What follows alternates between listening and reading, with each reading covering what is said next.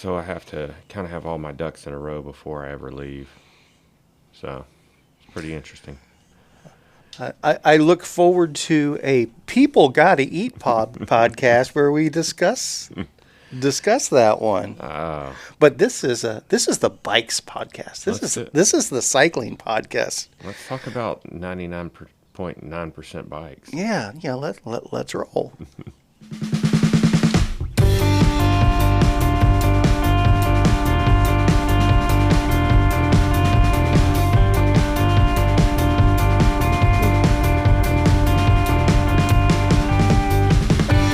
Hello, everyone. Welcome once again to Shiftless, a podcast about bicycles that is now officially heard in the great state of Mississippi. Hell yes. Took long enough. It did take long enough.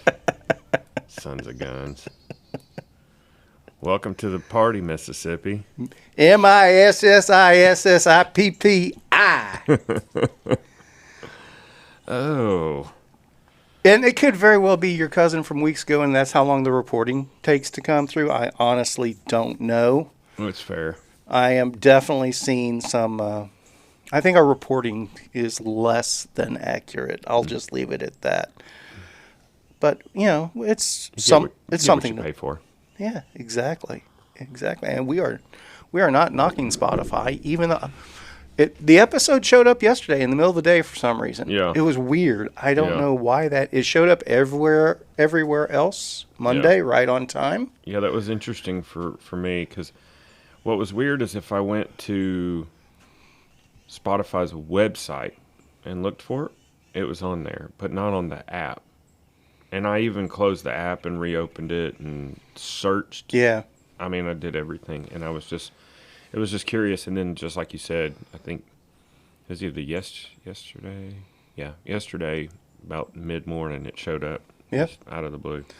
And then I think I told you I'm a Google podcast guy, and I got the notification from Google yesterday that they will be discontinuing Google Podcasts. So now I get to find a new podcast platform. Yeah, I mean, Android fanboys got a podcast too.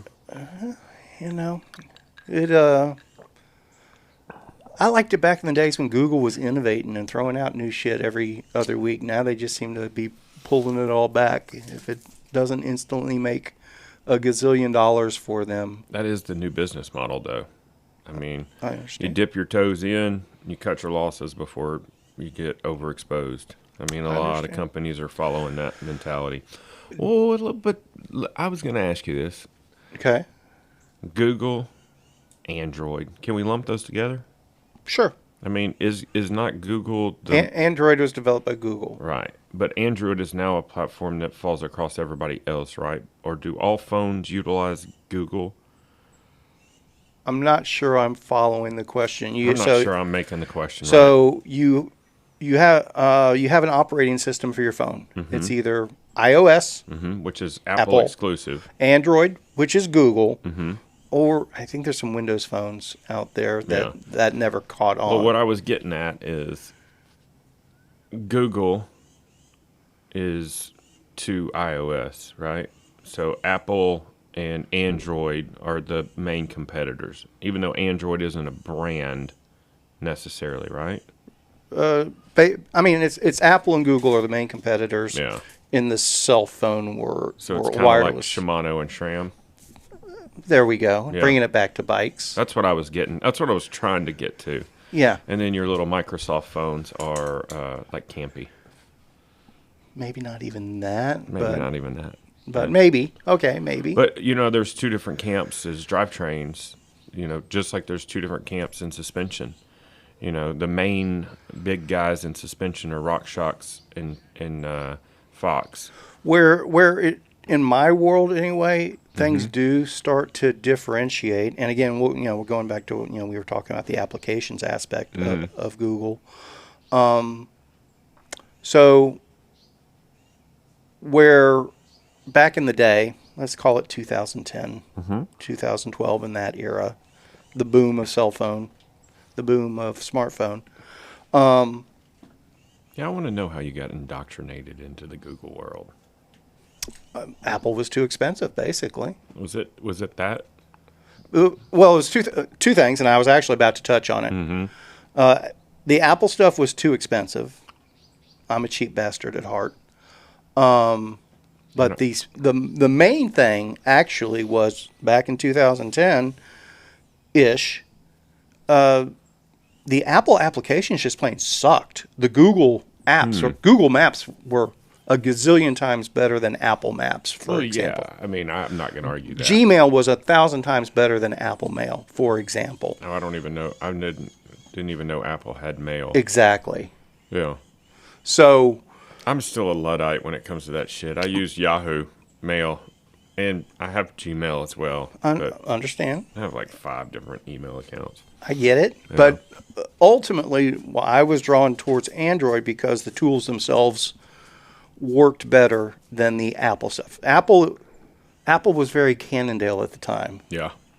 Everything was super proprietary. You had to do Apple stuff. Yeah. Apple did not let Google Maps work on their platform, for example, because that was the competition. For like 6 or 7 years. Until they had no other choice because they were losing market share because people Yeah. wanted maps and navigation that actually worked. That's fair. But I mean, there was other applications, but the thing that Nah, not drew really. me to Apple was the cross compatibility. Like, and I'm sure, and here's the thing I've come to learn, because I was a straight up Apple fanboy. I have to admit. I mean, there's no denying it. But the thing that I learned at some point was a lot of the stuff that we were told was new and unique or innovative or whatever in the Apple world had already been done in the Google world. Sure. Yeah. Yeah, I mean, like, from phones to There was no functionality that Apple brought to the table that was superior to anything else. other than the initial iPhone and But the and fun- the iPod compatibility and all that stuff. All that stuff was kind of the innovation. I think the iPod was an innovation. The iPhone, somewhat. There were other smartphone platforms that had come out before then. Yeah. But Apple was the one that had the mass market intrusion to begin Yeah. with. So that's always a difference maker. Yeah. Sure, there can be people that are putting on gravel events in 1998 Yeah. sort of thing. Yeah. But it wasn't until Dirty Kanza turned into a thing Yeah. that gravel took off. Yeah, that's what Apple did. They cleaned it up, made it look pretty, and marketed the shit out of Yes. it. Yeah. Yep. Yeah. It was all marketing and hype. Yeah. And there was a form factor involved, and that's important Sure. at that stage of the game. Yeah. So I've never knocked the quality of their products. I have a MacBook. Yeah. I use that for my video editing and some other stuff. Yeah. Haven't been doing much video editing lately, but but my day-to-day computer is still a PC. That's what I do. That's my laptop that hangs out by my main chair in the family room where I'm doing stuff all the time. I use a laptop so infrequently, but I have a MacBook. I'm one of those. I drive myself batty trying to do stuff on the phone. It doesn't work for me. I type a lot. Yeah. And thumb typing on a Yeah.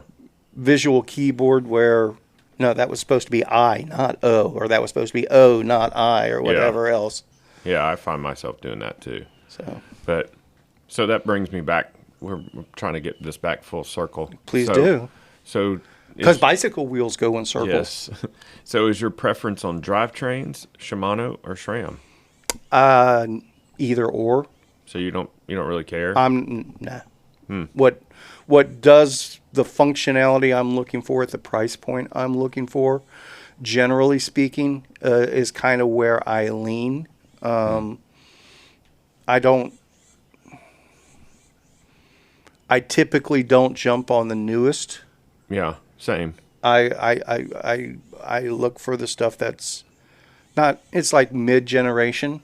A couple Yeah. tweaks have been done to it. We know what the prevailing issues may or may not be related. We know what the prevailing advantages may or may not be Yeah. to it. sort of thing. Well, I was going to equate SRAM as kind of like the Apple, almost, because they're always just throwing out new stuff, and the replacement components are almost prohibitively expensive when you get into their higher end stuff.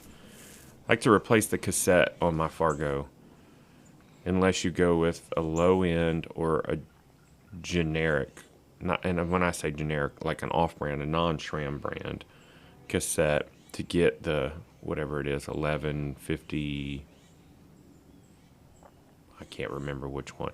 One of them has a 50, one of them has a 51. Right. But right. either way, it's like $350, for just the cassette. This is expensive. Yes, it is. That being said, I've probably had the same cassette on that bike for 4 or 5 years. I'm about to say, and beating the piss out I of it. remember the $99 cassettes that really only lasted for about 6 months. Yeah, and that's the real deal with all that too. Is, I mean, I've always been a proponent of you get what you pay for, which is the case in a lot of bicycle stuff, and in some of it not so much. I agree while I disagree. Yeah, There are and bicycle parts and everything that's out there. There are premium priced products that are worth every penny of that premium price. Mm-hmm. There are premium priced products that are worth no more than products at a third or a half of their price. yeah. And I think a lot of people get caught up in the perception, well, it's expensive, so it's got to be good. Yeah, that does kind of seem to be a brainwashing scheme almost. But there's also there's something to be said for companies that back their product up, like we were talking about before. The Richard, Like Crank Brothers, the Richard Axel project, Robert Axel. project, like that. Still not a sponsor, but we Yeah. are proud supporters of But I Robert mean, Axel products. that's an expensive axle. I take that back. It's $48 for that axle to replace on my Fargo, but I would buy one 100 times over, especially because how readily they handled that whole thing, Yeah, that's a big deal. But if it was a la Crank Brothers, where I was breaking one every 3 weeks, then I would be Well- like, this is where we part ways. Okay, but that's where it gets tricky, though. Mm-hmm. In my world, for example, I've been Crank Brothers for years, and literally decades at this point. This makes so much sense. Like, you're Google, I'm Apple, you're Crank Brothers, Shimano pedals. I'm a SRAM fanboy as far as But I mean, I didn't choose Crank Brothers for budget purposes. It wasn't Crank Brothers chose you. I can't even remember exactly why I went that direction to begin. I'll tell you why you went that direction. Why? Because when you were getting into clipless pedals, somebody had Crank Brothers pedals for sale, and you said, "Well, I'll try those." No, I think actually my first cliplet pedals were Crank Brothers mallets. That's why. So There you go. It was a combo, and I don't think Shimano had a combo pedal at the time, but I could be wrong. Oh, yeah, they did. Totally. Okay. But it wasn't as readily available as Crank Brothers. Okay. It wasn't as well marketed. So the rolling joke that we've had through many episodes about Crank Brothers customer service being so awesome because everybody has to use it so often. Mm-hmm. It's a well-oiled machine. I don't think that's the case anymore. I don't hear about those issues anymore, so I don't want to sound like I'm bashing Crank Brothers. And I'm still a Crank Brothers customer. Yeah. I never switched until I started switching to flats from Crank Brothers. But without the social media and forum platforms that we have commonalities on, Mm-hmm.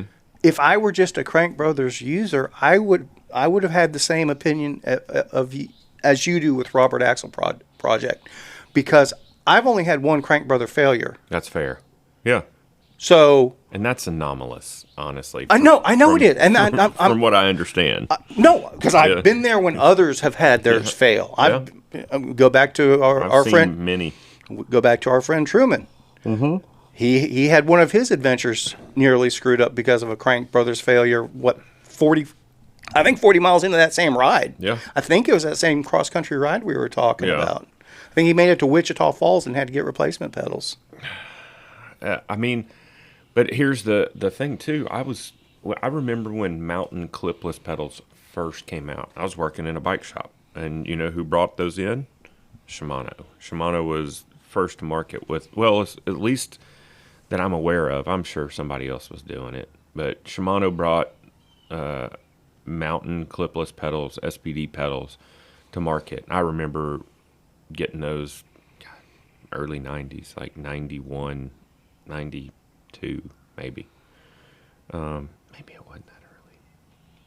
I can't remember anything anymore. Understood. It was 30 years ago. Oh, just wait. Oh, I know. Just wait. Give it 10 more years, buddy. I know. My mom's in town, and we've been hanging out, and she constantly tells me, "You think it's bad now? Just wait." Yes. I'm like, I've already got a taste of all of the shit you're talking about. So. Yeah, I'm in the throes of that old age conversion right now, where memory is so sporadic, for lack of a better term.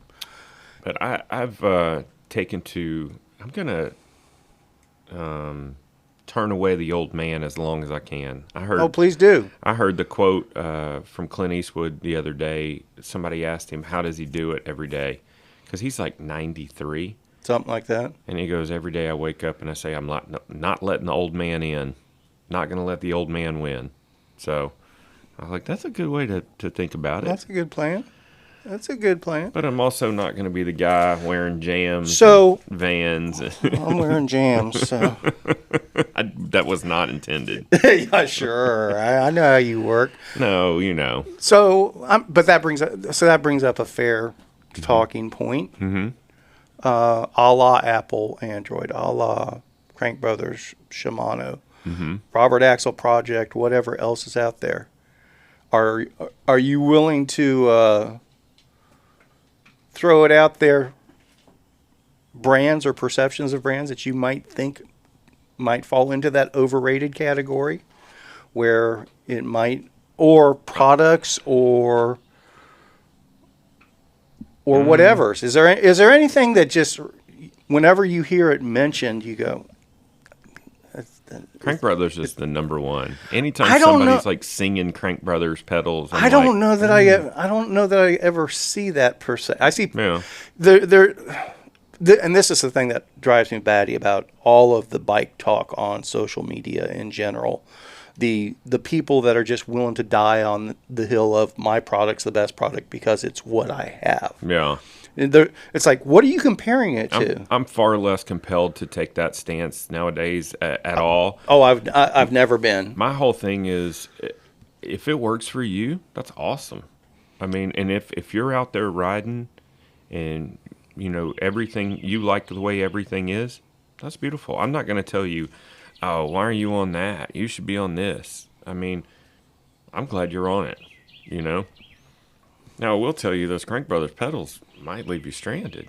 But, like you said, that may be the Crank Brothers of old. So, I think they had some casting issues there and there. Yeah, I don't know the specifics around it and the whys and the wherefores of. I mean, that was a good. That was 10 years. 10 years of solid issue. 10 years ago. Was, yeah. No, but it was also 10 years of issues. Oh, yeah. I mean, it was not a little blip. You know, that's also relative too. Was it 10 years of issues, or was it the same batch of pedals over 10 years that had issues? That's a fair point. I mean, who knows? They might have made just a gigantic Crank run Brothers. of pedals. We would love to talk to you all about this. Seriously, there's no way that you guys can go, we've never heard of these issues. Right. you got to know that's a reputation that was established at some point. If Crank Brothers is willing to discuss it with us, the whys and the wherefores, and like I said, I truly do believe that is a non-issue for them anymore. Well, and that's not to say that Shimano pedals don't fail. I mean, I've never had one fail, but I have had. Well, I guess I had one where the mechanism itself came loose. Had to end my ride early, but I went home and with the tools I had was able to put it back together. Now, and it worked. I do want to qualify it. Mm-hmm.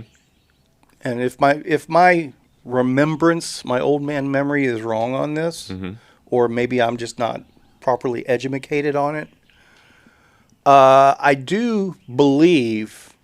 Well, there were two basic failures related to the Crank Brothers were the most common.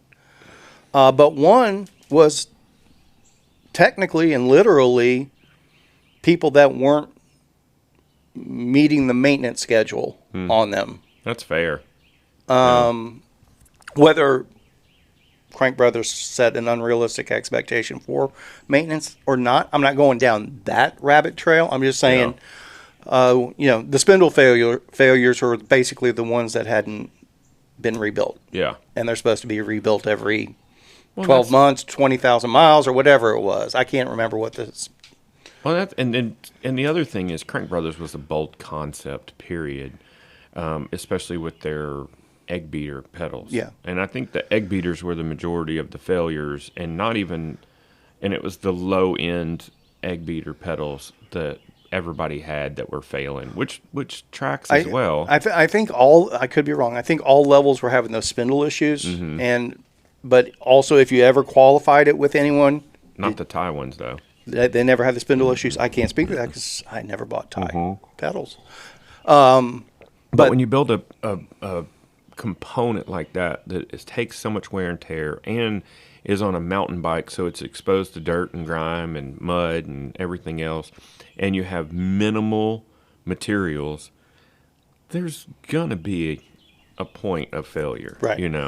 And in support of Crank Brothers, whenever anyone went to them and said, "Hey, my pedal failed," and they didn't go, "Oh, did you service it? Right? Did you maintain it the way?" Nope, they just swapped them out. Yeah. So big kudos to Crank Brothers along those lines.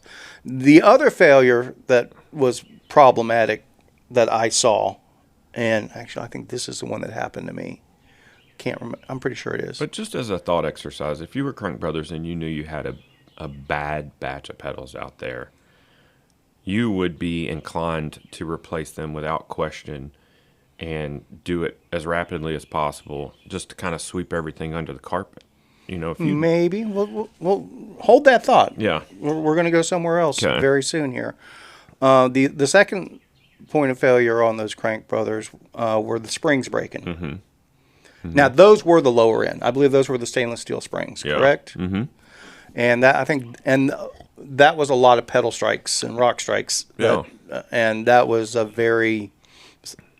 I think that was the bad batch side of things. I think the spindles were an ongoing issue, but I don't know that. Again, Crank Brothers, we would love for y'all to set us straight because we're idiots. And I don't know how those spindles are made. Are they milled? Are they cast? Or, I don't know. But they may have changed up their procedures. They may have changed up their conditions. Who knows? But the fact of the matter is the cage, if you will, that was one of the beauties of Crank Brothers. I mean, I admire the product design. It's essentially a four-sided pedal as opposed to a two-sided pedal. But all your components are completely exposed. Whereas like a Shimano pedal has a lot of built-in armoring, if you will. Now you can bend the, whatever you call it, the cleat retention device on a Shimano pedal with a hard pedal strike. It can happen. But with the Crank Brothers, you think you've got that little bitty bar just out in space. Not only do you have one, you have four of them. And you hit a rock real hard with that, you're going to mess it up. I mean, I don't see any way around it. Right. So I don't disagree. Yeah. Now, going back to what you were asking about, wouldn't it behoove a company to bring back everything as quickly as possible and sweep it on? Well, look at Shimano. Yeah. So apparently, though, that was a bonding issue. But it's a known issue for years and years. But they finally. So I saw a press release just yesterday, I think. I sent it out to a couple of my friends, but they're finally issuing a recall. It's like almost 900,000 sets of cranks. That's what I'm getting at. Yeah, they're recalling over 750,000 sets of cranks. Yeah, probably upwards of 1 million. Yeah. And it from what 2014 to 2020 or something, or 22 or something like that. It's absolute. It's mind-boggling. When they went to those those sleek looking multi-piece cranks. They were bonded together with like a 2-part epoxy almost.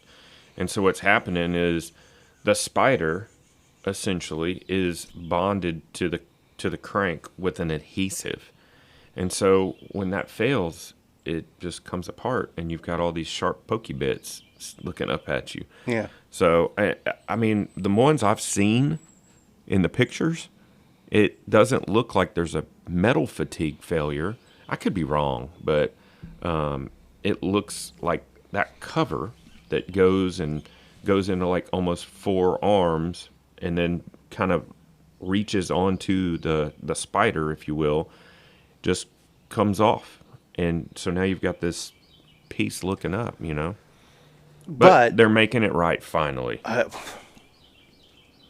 Making it right finally, and I'm scoffing at that statement because there's no way they're doing it by their choice. Oh no, they've run much like in Fight Club. Remember in Fight Club when he went to investigate the wrecks, and they're evaluating. Right. They're evaluating whether the recall makes sense. Yeah. It's the same thing. Somebody sat somewhere and crunched the numbers and said it's going to cost us X number of dollars to do a recall on all these cranks and replace every single one. They also probably know, well, we're only going to get 43% of them returned anyways. Probably 30% of them have already been relegated to a trash bin. 10% of people are out of touch. Whatever their numbers are. Right. And they crunched the numbers and they said, or we can sit through some lawsuits for personal injury because our product failed in a way that it wasn't supposed to fail. And it's going to cost us X more dollars plus the negative exposure. And they ran the numbers. They didn't do it out of the kindness of their own heart. My guess is they didn't even do the recall based on running them. They were forced by. How do you make Shimano do something that Shimano doesn't want to do? That's like making Apple do something. No, that oh my gosh, here we go with old man memory. Basically the United States and Europe has one too. The Consumer Protection Agency that gives bicycle industry guidelines. Yeah, they can. Make or break. They can make you do those things. So if now that gets into the nature of why mountain bikes were 26-inch wheels for the longest time and all sorts of things like that. I'm not seeing the correlation. I don't know what you're talking about here. They have guidelines and regulations, and they are enforceable, and they can not let products come into the United States to be sold as bicycles and bicycle parts. But what does that have to do with 26-inch wheels?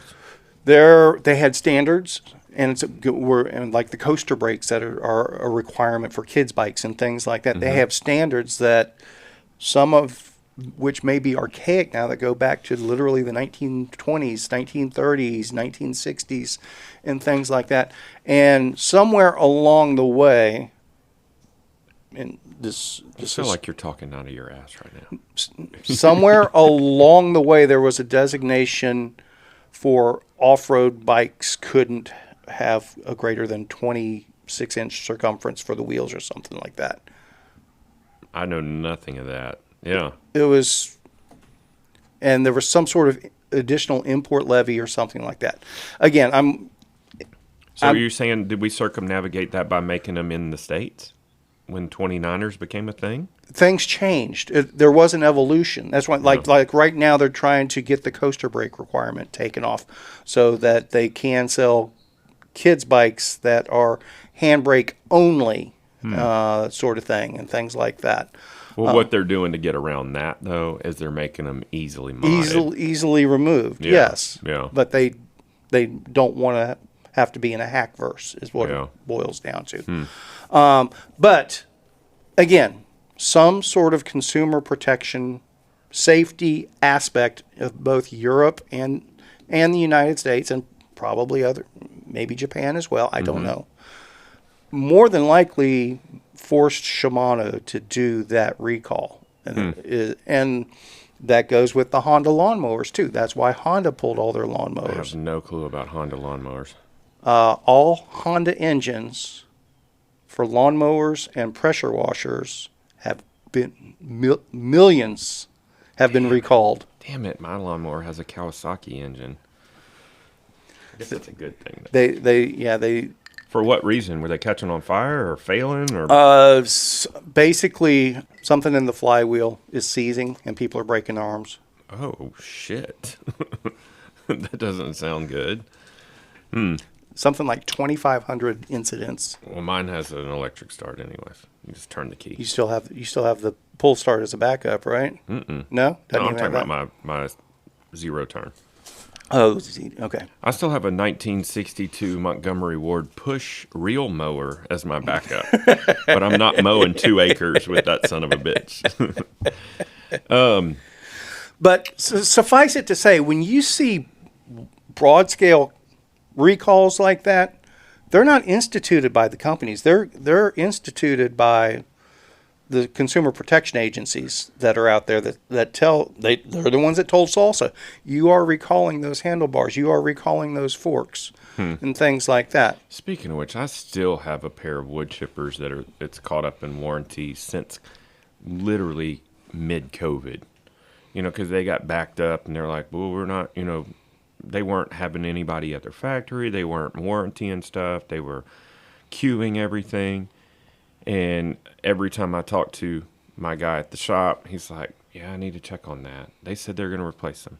Because I had a pair of carbon bars that broke right at the lever. Carbon wood chippers. One of the first runs. I know a bunch of people that have had their stuff replaced. Yeah, I know. And it's partly on me and partly on my guy, who I won't name. Okay, I guess I wasn't. I mean, if it's been submitted, what's the holdup? It's lack of follow-up because there was a stocking issue there for a while and blah, blah, blah. But, okay, I'm owed a pair of Understood. 46. That's probably the real issue. Chipper, that's probably the real issue is the bar. 46. Maybe. But I bet it is. In all honesty, the weight difference is not much, and from a comfort standpoint, I didn't find much difference either. But I do love me some wood chippers. I have aluminum ones on there now, and those have been modified because my bike got drugged behind a vehicle and it wore down one side of my bars, and so I just cut them down 3 inches because I'm never out on the very end of the drops anyways. I'm always tucked up in that right up against the lever anyways when I'm in that aggressive position. But there you go. Now you're touching on a heavy realm of debate point and fanboyisms. What's that? Swept bars? Nope. No, flare, I mean? Bike racks. Bike racks, what is that? Hitch racks. Oh. What you're talking about, dragging your bike behind a vehicle. This was a failure of a component, and it was probably arguably our fault as well. We were headed for a bike packing expedition. We were headed to Wood Ape Ramble, as a matter of fact. And my buddy, who I won't name once again, had the 1.25 or 1.5 yoke into a 2-inch receiver. So he had like a bunch of stuff kind of hobbled together. Yep. So he's increased the lever arm. Has the smallest possible penetration, and that's what she said. Yeah, and we admittedly might have had the majority of our bike packing bags on our bikes as well. And overloaded. Yeah, and to his credit, our bikes were locked, cabled to the rack. The rack didn't fail as far as retaining the bikes. Sure. The yoke did. The yoke broke. But he also had a cable tying the rack to the subframe of his truck. So when it broke, the whole rack slid. We're just pulling the whole rack. Yeah. So it was a sled. Yeah. And my bike took the brunt of it to the point where I had my my brifter, which wasn't even, I guess it's just a brake lever because it was my front, was broken. And so where it actually attaches to the bar was broken, so it's just flopping like this. You could still pull the lever, but it wasn't stable anymore. So we did 120 miles, and I had a broken brake lever. So, but that was an old equipment thing. It wasn't a one-up issue. But I have had 2 other one-up issues that were user problems, not equipment problems. Because those things get loose over time. They do. We were scouting Wood Ape Ramble once again on our initial go up there. On the last day after we camped, there was a section that we didn't make it to that McAfee and I wanted to go check out. And we're in the national forest, and we're doing like 7-8 miles an hour, thick, chunky gravel. And I'm checking the rearview mirror and looking around. All of a sudden, the bike rack just funk. Didn't do anything. It just fell out and just was still sitting upright. So I stopped. I mean, we were literally 15 feet from the bike rack. We go back. Like, well, shit. I guess because it was just bouncing so much. It just, it was pretty rugged roads. And it just, this is the one that has a cam instead of a through. Yeah. Which I like because when it's tight, it doesn't shake all over the place. Yep. But we just went back, pulled our bikes off the rack, put the rack back on, tightened it down, put the bikes back in. Not an issue, And I think that was just my fault because I don't tighten it often enough or check it often enough, which I've gotten in a much better habit of, especially because when we were doing the big loop, when Shannon and I set out to attempt to do the big loop, we aborted at Big Cedar, and my buddy Ryan Williams came to get us, comes all the way across town, and shows up like a freaking hero and brings cold beer and Gatorade and cold water and snacks. And we sit there and take in all the cold beverages, and we're driving back, cutting up. We get all the way from Big Cedar, mind you. We get all the way to my street where, right there off of 1830 where the bridge is. And it's dark at this point. And Williams goes, "Oh, shit, the bikes fell off." And I hadn't looked. I was sitting in the back seat, probably drinking a beer.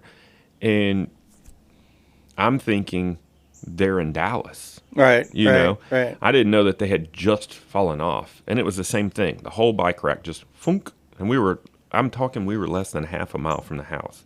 And we had driven from Big Cedar. And luckily, the person that was behind us had the reaction time to stop before they ran over my Fargo and Shannon's Timberjack. Not only did they stop, they put their hazards on and kind of blocked the road so nobody else went around them or ran over our shit.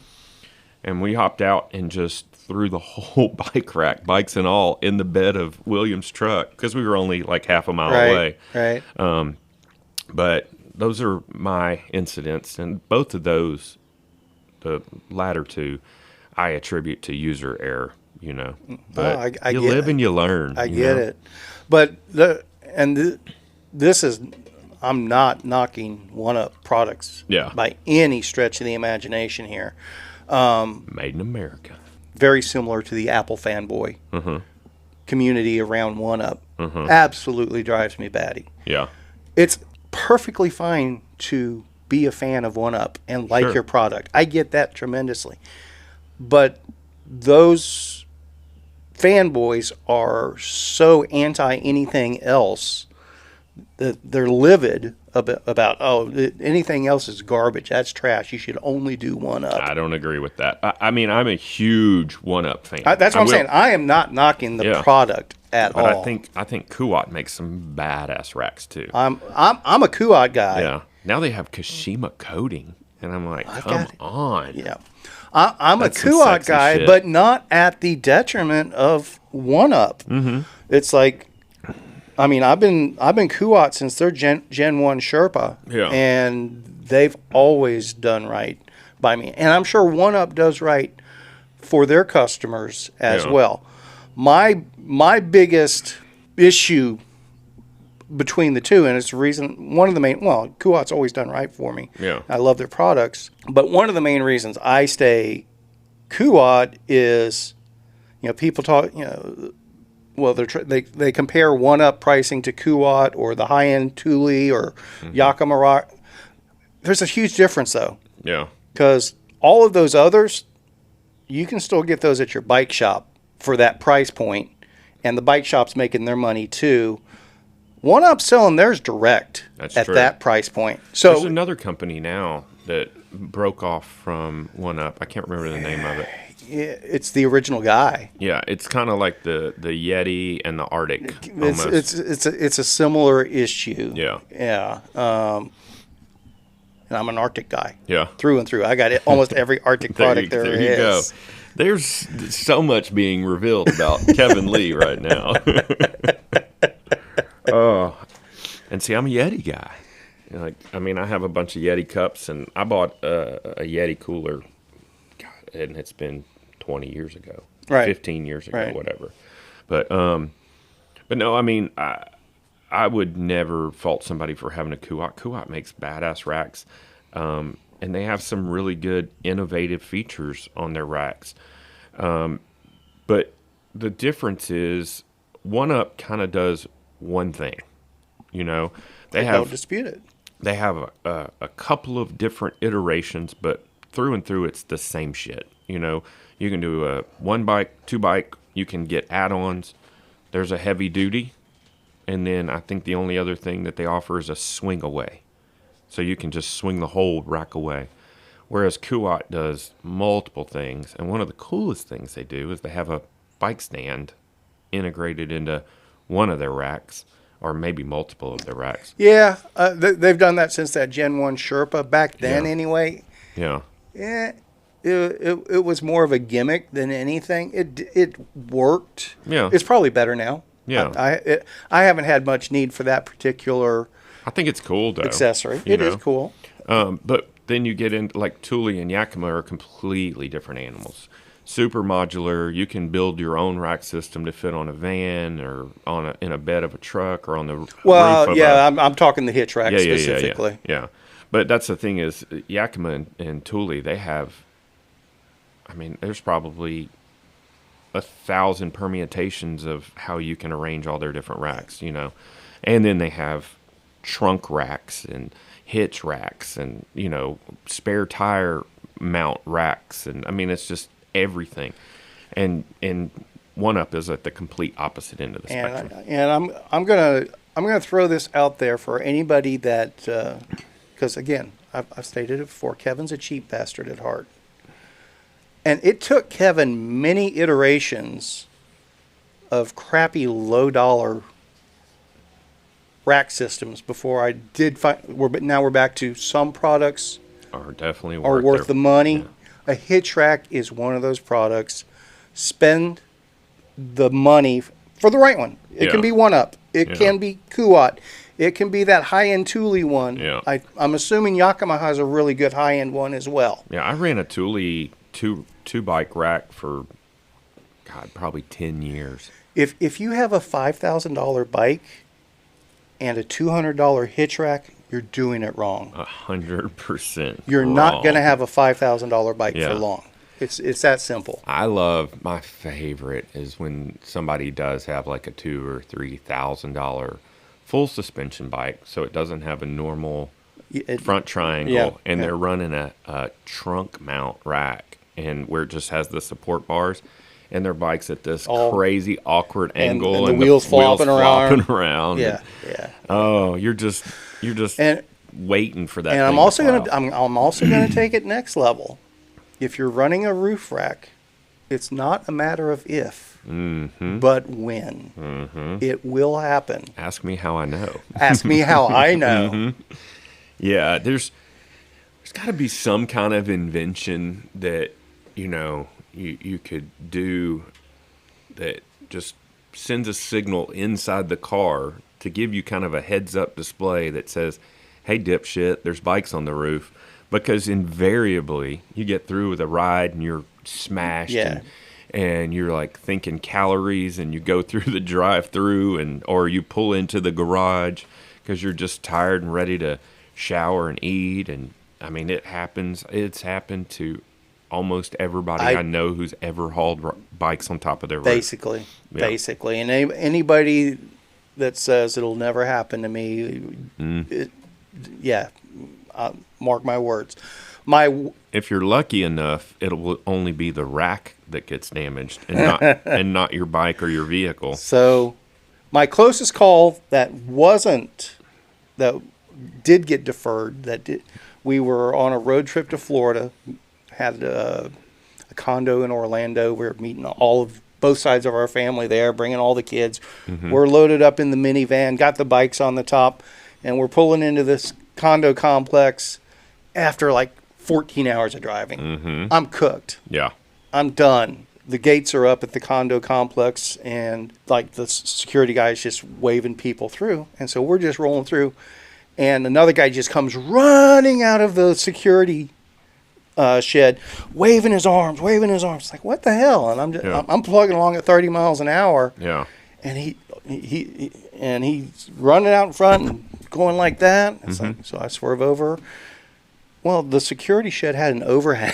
Yeah. You were about to just clip them off. Take 2 or 3 bikes off there. Sorry for spraying on you there. But that one didn't happen. The one that did happen, and I mean, ultimately it's my fault. Mm-hmm. Yes. It's one that would probably happen to me again.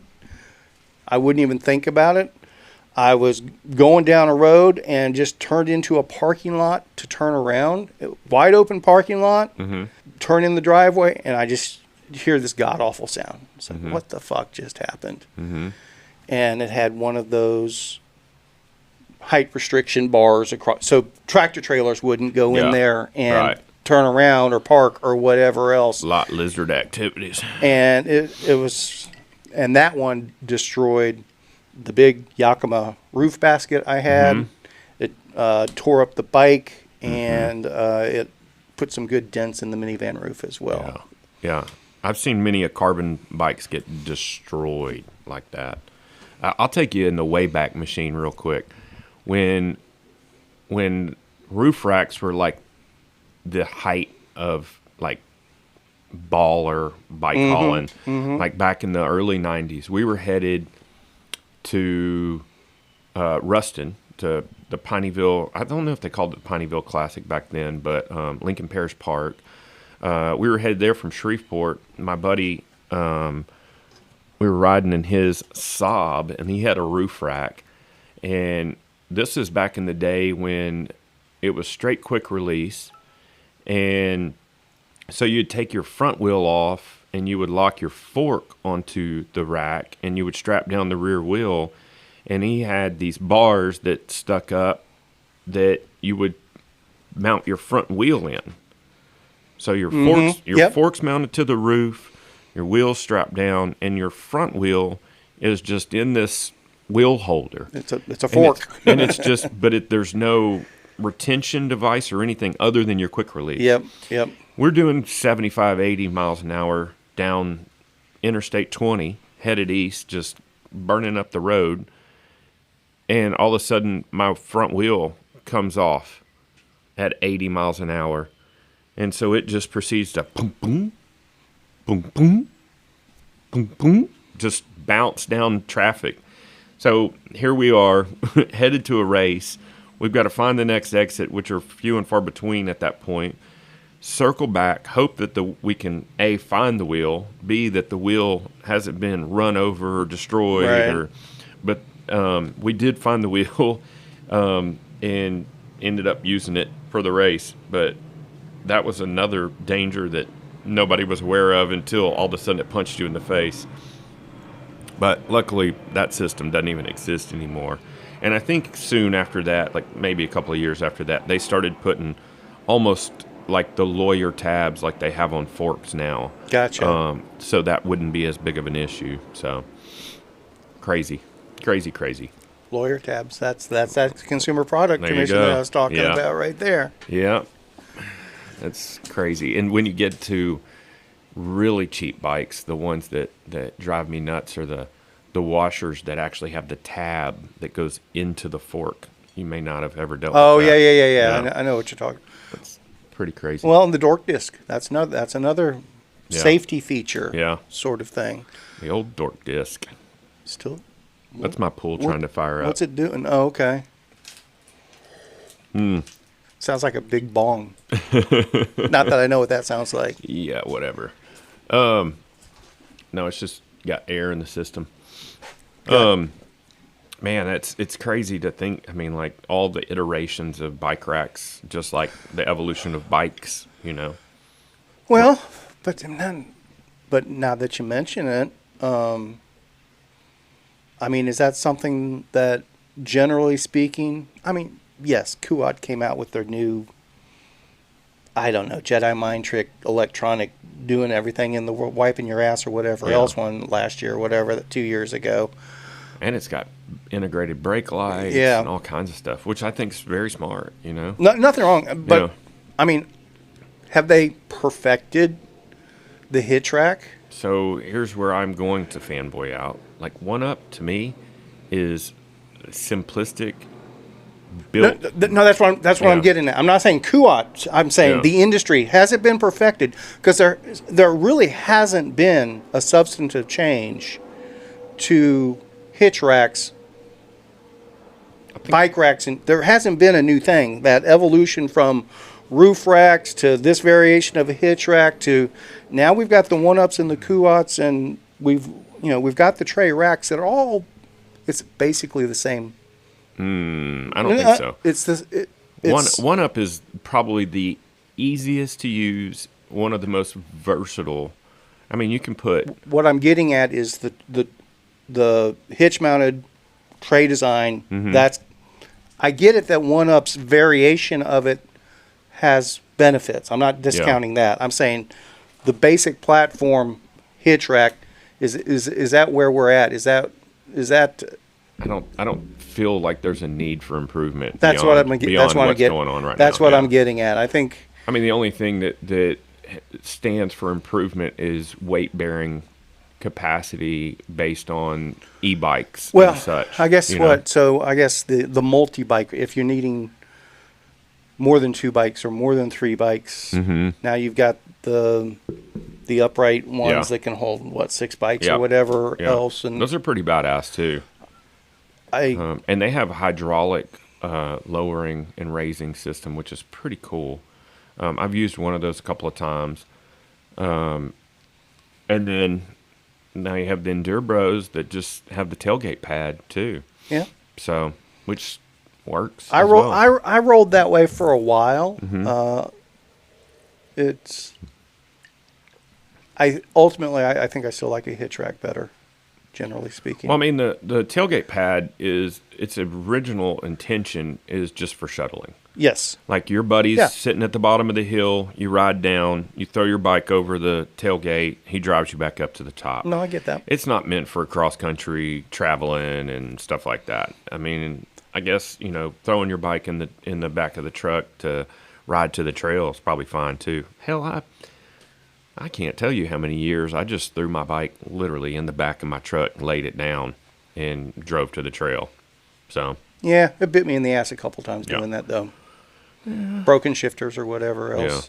Yeah, there's definitely damage incurred. It was a neglectful way to carry my bike. Yes, to say the least. Yes, but no, other than greater weight carrying capacity to accommodate e-bikes, I don't feel like there's much more needed for bike carrier applications. I don't think that we need to just keep reinventing the wheel, so to speak.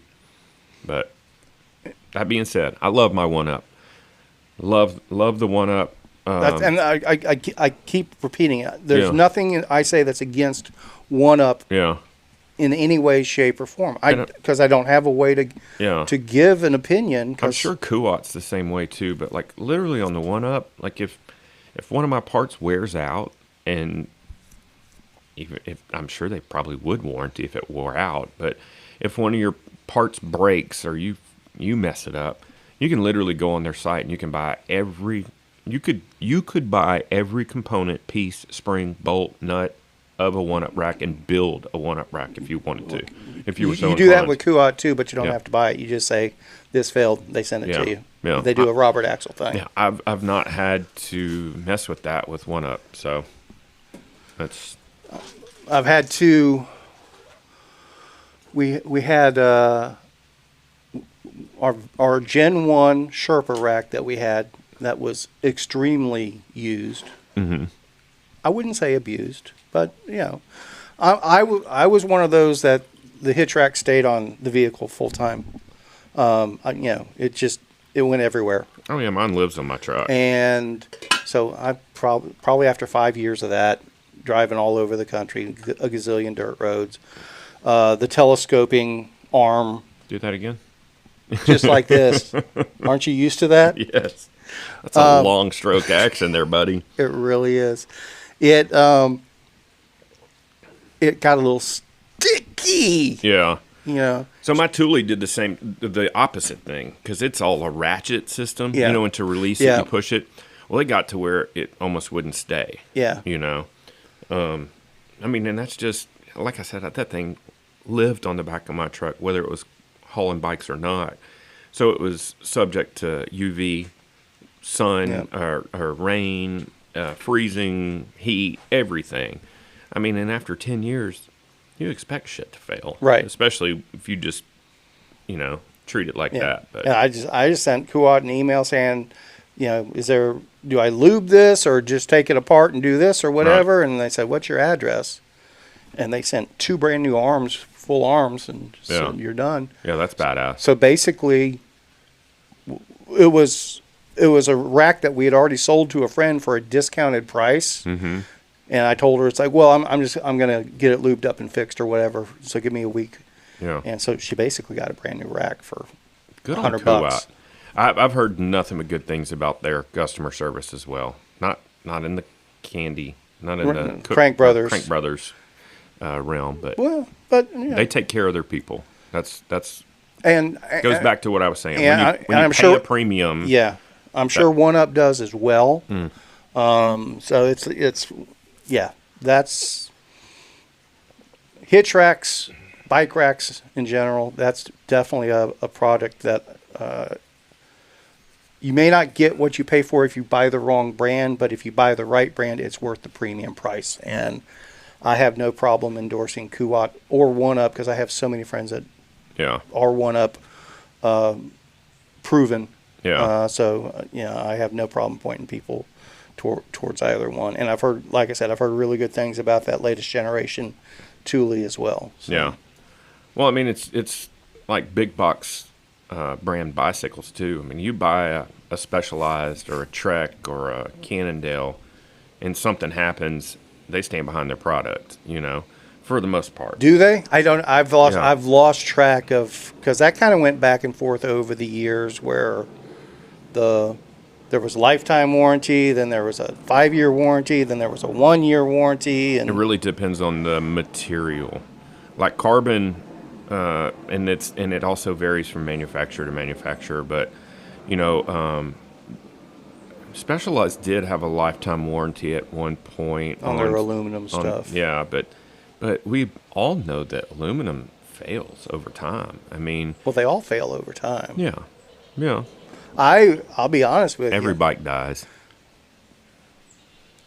I think aluminum will be making a comeback here as a primary frame material. I don't think any frame material is going to just go away. No, I'm saying, I think aluminum will be cool again fairly soon. It all ebbs and flows. The only thing I don't see coming back is scandium. And maybe it will. And I think it's still there in some realm. I don't know if Specialized is their M4. I don't think that's still a thing. But that was their scandium. Isn't there something about scandium, one of the... It's just another aluminum alloy. Yeah, but it's one of the elements of the alloy is hard to get anymore, or super high priced. So it's not likely that scandium will ever be a thing again. Yeah. But I mean, titanium has its, it all ebbs and flows. Steel has a resurgence. Steel is real.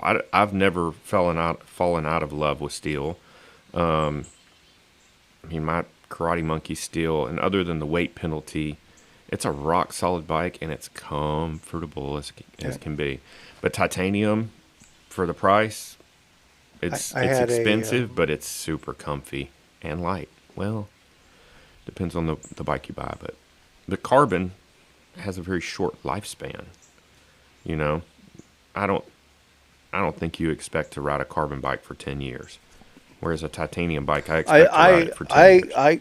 Quite frankly, I consider carbon bikes disposable bikes. I really do. And I think aluminum is kind of very close to that. I wouldn't say close. I think aluminum. Aluminum and carbon both fail catastrophically.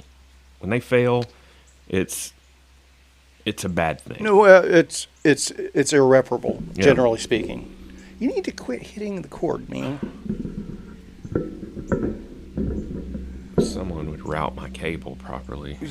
I didn't know how you were going to position things this time, so I gave you the slack to play with so you could route it appropriately. But I had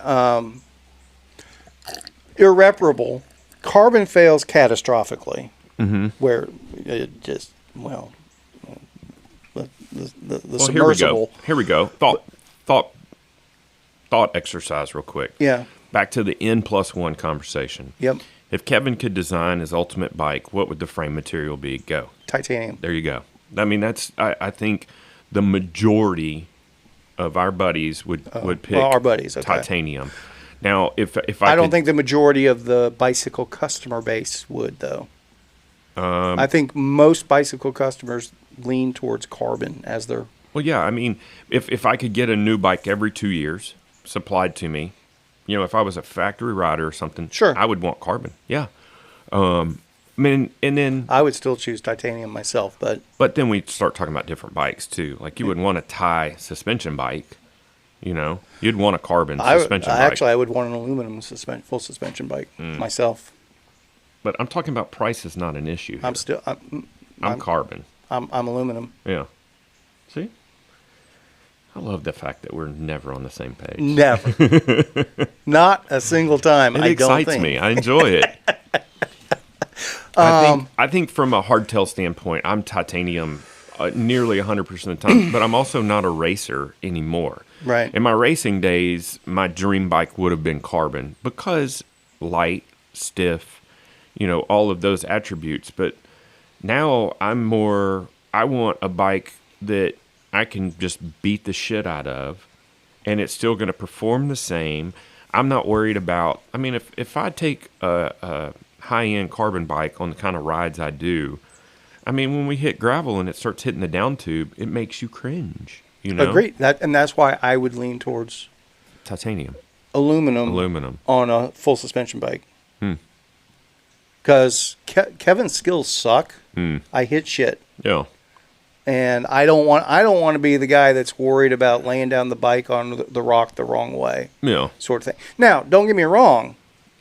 The people that, I would never buy carbon because you could lean it up against the corner of the wall and your bike's just... No, I'm not going to that extent. I'll tell you this. When I got my Soulcraft was maybe 4 months old, and I was in Fruita, Colorado. And I was... just absolutely gassed. Steel frame bike now. Mm-hmm. And very stupid on my part, I leaned it against a parking curb. It was a square block parking curb, and I just put both tires up against it, and it was just leaning on the tires. And I'm sitting on another parking curb right next to it, eating and drinking before I go out and do another loop on whatever. And this huge gust of wind comes through and blows my bike over. Well, it hits on the top tube, on the parking curb. Like I said, it's 4 months old. Yeah.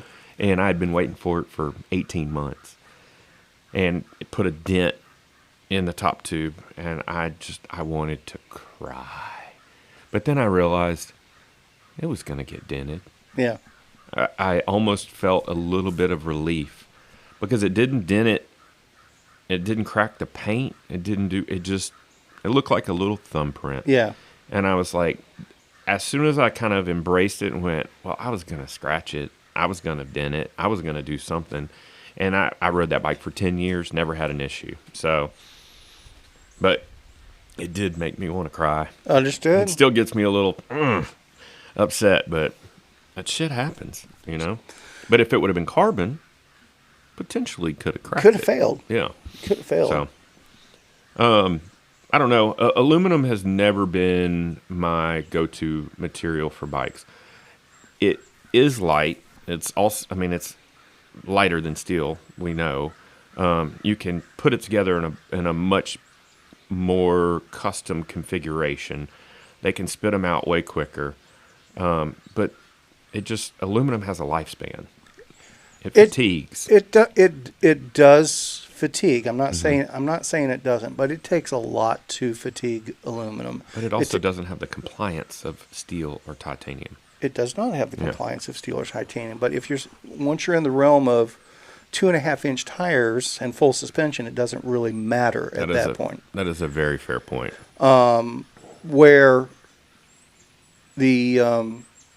my issue with aluminum, though, is I don't know that I've ever seen an aesthetically pleasing aluminum frame. I'm not saying they're ugly, but I mean, obviously you can see a tie frame and go, that's so sexy. Steel. What about the Klein Mantra? You start throwing Klein paint jobs on stuff. That's it. That's paint. Yeah. That's not. Yeah. That's Now fair. that said, Klein did do a better job on aluminum than anyone as far as making a good looking frame. But carbon's sexy. I mean, Is carbon sexy as hell? Carbon is super sexy. Can be. Yeah. It can be super stupid. Like, again, going back to last week when we were talking about the Moots. Have you seen the pictures of that bike? Mm-mm. I think it's the ugliest bike I've ever seen. I'm gonna look it up. Yeah, because I have not looked it up. Yeah, the Moots carbon bike or whatever. I think it's got this ridiculous sloping top tube, and obviously it's 100-mile range, so it's got a huge down tube for the battery and everything like that. And E-bike. Now, don't get me wrong. If they wanted to give me one to test out, I'll ride it. Yeah. And I may very well like it, but I think, and maybe I'm just used to Moots titanium, and just. Is it on their site yet? I can't speak to that. I thought it might be. You sure Moots is making an e-bike? Yes. It was all over the news last week. I did never see it, but that surprises me because usually whenever we see stuff like that, we both start talking about it at the same time. Moots carbon fiber bike. How about that? I still don't see it. Moots carbon gravel bike. Moots Express gravel bike. Yeah. Is this it? Oh yeah. Oh. So I'm not wrong. That's an ugly bike, right? I mean, it's not hideous. But okay. That's an ugly Moots. Yeah. Oh yeah. Yeah. Yeah. Not because it's carbon. I just that when I think of Moots, those aren't the lines I think of. I'm still in the absolute hold off camp of e-bikes. I'm going to resist as long as possible. I understand the appeal. I do. I'm not going to say that. I was going to say I don't disparage anybody for getting an e-bike, but I do. And it's just probably insecurity on my own side. But I want to stay pedaling my own bike for as long as I can. And there seems to be this camp of e-bike, guys that are on e-bikes are they justify everything. I shouldn't even get into this can of worms. You're too deep. You got to go now. I'm fascinated where you're going with this. And I get the appeal, but I'm going to be a resistant person as long as possible. No, but these It's guys inevitable. these guys that do what? Where were you going with that? I've been with so many guys that are like, "I'm working just as hard as you." Yeah, and yeah, okay. I'm like, no, you're not. You're delusional. I get that you can still go out on an e-bike and get a tough ride, When but don't tell me you're working as hard as I am. I'll accept that. You can get a workout on No, an e-bike. I'll accept it on heart rate data. I'll take it on. If you show me your ride, and we have a friend that rides an e-bike and has demonstrated their heart rate profile, where you're averaging 160 beats per minute on your e-bike for 2 hours, Yeah.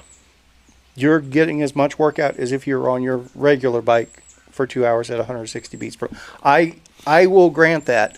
Where I will fall back on it is 97.3% of the e-bike riders aren't doing 160 beats per minute over 2 hours.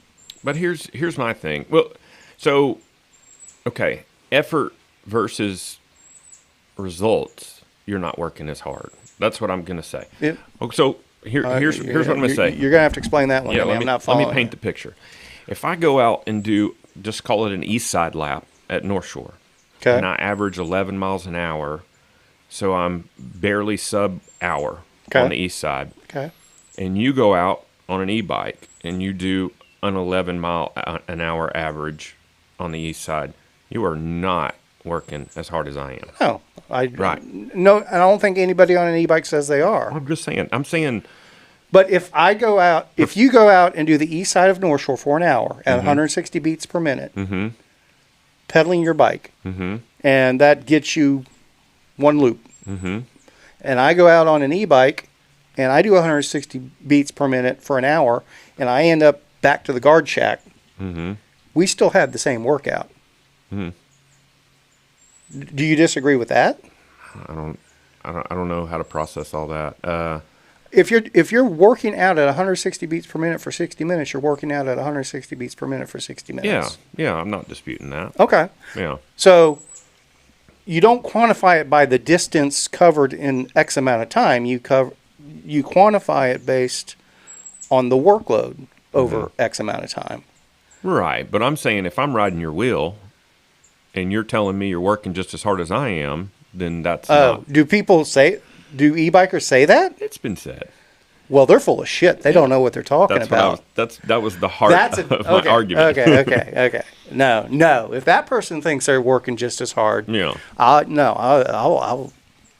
take all the gruff I can get on that. No, you're not. That's what I was saying. Like, you're fooling yourself. I didn't realize anybody would even think that was a possibility. If it's tit for tat, like, X miles an hour over a certain amount of time, It's not, but it's not the same. No, it's not based on miles per hour. Yeah. Now I will relent to the heart rate data. Absolutely. Now the one that gets me, and I know this is going to sound like we're e-bike bashing, but it's not. I'm e-bike rider bashing here. Just certain e-bike riders. But the ones that turn it around to, they have a higher skill set of bicycle handling because they're on their e-bike able to do an average speed of 12 or 14 miles an hour. I think that is part of the learning curve, and I think inevitably, because I've ridden, but way before e-bikes came around, I rode with quite a few guys that came over from the roadside that were stupid strong and literally could ride faster than they deserved to ride, meaning their skill set wouldn't allow for them to ride. I get that. Yeah. And so I think there's a conditioning that has to happen. And if you dip your toe into that e-bike realm, it's very feasible for you to find yourself in over your head. You've got more power than skills. And I see those markings on the trail. Like I see skid marks uphill going into a corner thinking, what? That had to be an e-bike. Right. Here's somebody that came in way too hot where they shouldn't have even had that much power. Right. But I think, I've got a good buddy that rides an e-bike that's an ex-motocrosser, that it's a perfect fit for him, because Right. he's got that data processing skill, that reading the trail, Right. that feedback, everything, and he can just monster that bike through. Sure. That makes sense. No, that part does make sense, but you kind of cut me off midstream Oh, there. sorry. You got to what was going to be the backside of the conversation. Is the people that take the position that their skill set is too good to be pedal biking. Yeah. That they can't ride to their skill level with a regular bike. They're a much better bike rider that they need the e-assist to show off how talented they are. That would be a difficult argument for you to make with me. I would argue just get some more fitness, go faster. Yeah. That's kind of where I was. Yeah, you're handicapping your way into being a better bike rider. And I don't dispute that maybe they do have that motocross background. Yeah. And that they can do Joey Pratt and just weave through the trees like it's nothing. Yeah. I don't dispute that there are people with that Yeah. skill set. But, saying you're a better rider than pedal bikers that are an average 2 miles an hour slower than you, that, they wouldn't be able to do this anyway. I beg to differ. I'm guessing most of those pedal bikers that don't have e-bikes that are just a couple miles an hour average under you, if they were on an e-bike, they would be trouncing you. Yeah, and here's my inverse of what I said earlier is I have, and this is me bragging just a little bit, but I have way better skills than I have speed. Like if I could go faster, I could handle it. There have been times when I'm in really good shape and I can go a lot faster on more technical trails, but I also have been on a trail for 25, 30 years. Right. So there are times when I'm not as physically fit as other people that I'm riding with, and I can still get the job done because of said skills. Now, that being said, if I wasn't, I'm dangerously interested in doing a hot lap on an e-bike, but then I kind of don't want to. It's like heroin. I'm sure it's amazing, but I'm not inclined to try it. I can see both sides of that. Yeah. There's no doubt about that. That being said, e-bikes are like one of the fastest growing market. Oh, it is the market. Yeah. Going forward, there's no disputing that, and I don't begrudge anyone for getting an e-bike. I don't either. I'm secretly jealous. I'm not going to go there because if I was that jealous, I would just get an e-bike. It's just it's not anything that interests me for what I'm looking to do on a bicycle. But anyone else that's into it, I have no problem with that at all. It's just the rationalizations. Yeah. They always drive me back, regardless of whether it's e-bike or not, or this hitch rack versus that hitch. When people start getting into rationalizations of my stuff's better than yours because it's my stuff, that just drives me absolutely batty. At the end of the day, just like I said, if you're on a bike, good. Fantastic. That's it. I mean, if you want an e-bike, get an e-bike. If you want to ride a wooden bike, do it. If you want a bamboo bike, do it. That reminds me. But don't espouse mine's better than yours and this and that. Something I'm thinking about, it struck me yesterday. Tell me if I'm off base here. I'm thinking for my single speed project, maybe I just sell the Chumba, keep the fork though, and take those proceeds and just get me a Kona unit and just be done with it instead of building it up.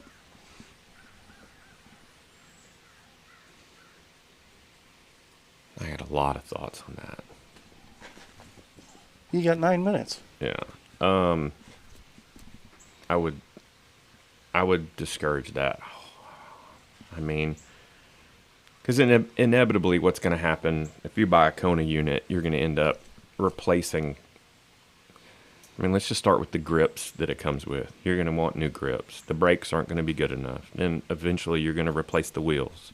And the seat that comes on it's probably not going to be your jam. But I'm rolling in one day, as opposed to acquiring those bits over the next 6 months, and then What I'm saying is, those bits will fail over time, or I'll bash them on the corner of the truck or whatever else. And yeah, but you can build it the way you want it, as opposed to starting.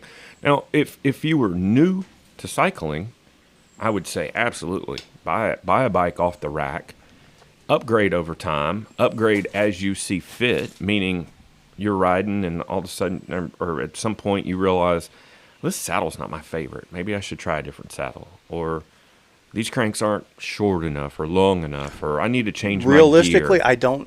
But even building the Chumba up, one piece at a time, and scrounging through my friends' junk drawers and stuff like that, it's going to be the same thing. I don't know any components these days well enough to go, those are the brakes that I want. I may know some that I don't want. But you have a wheel set for it, right? Kinda, not what I want. Oh. I prefer a 29er wheel set. Well, then sell the wheels and buy the wheels you want. Nobody wants to buy 27.5 backcountry wheels. I don't blame them. Exactly. That was a test, and it was for me, it was a failed test. It was 2 rides on that setup. It's like, because the outer diameter was going to be really close to 29.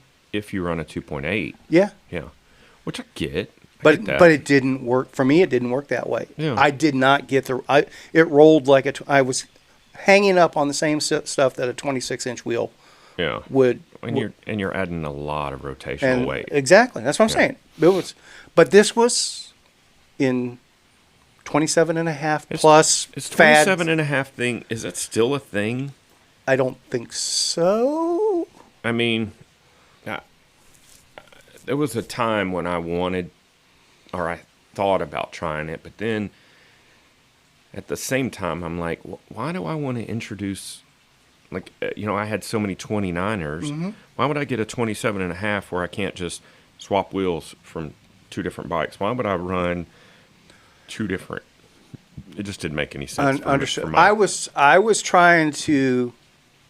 My attempt was to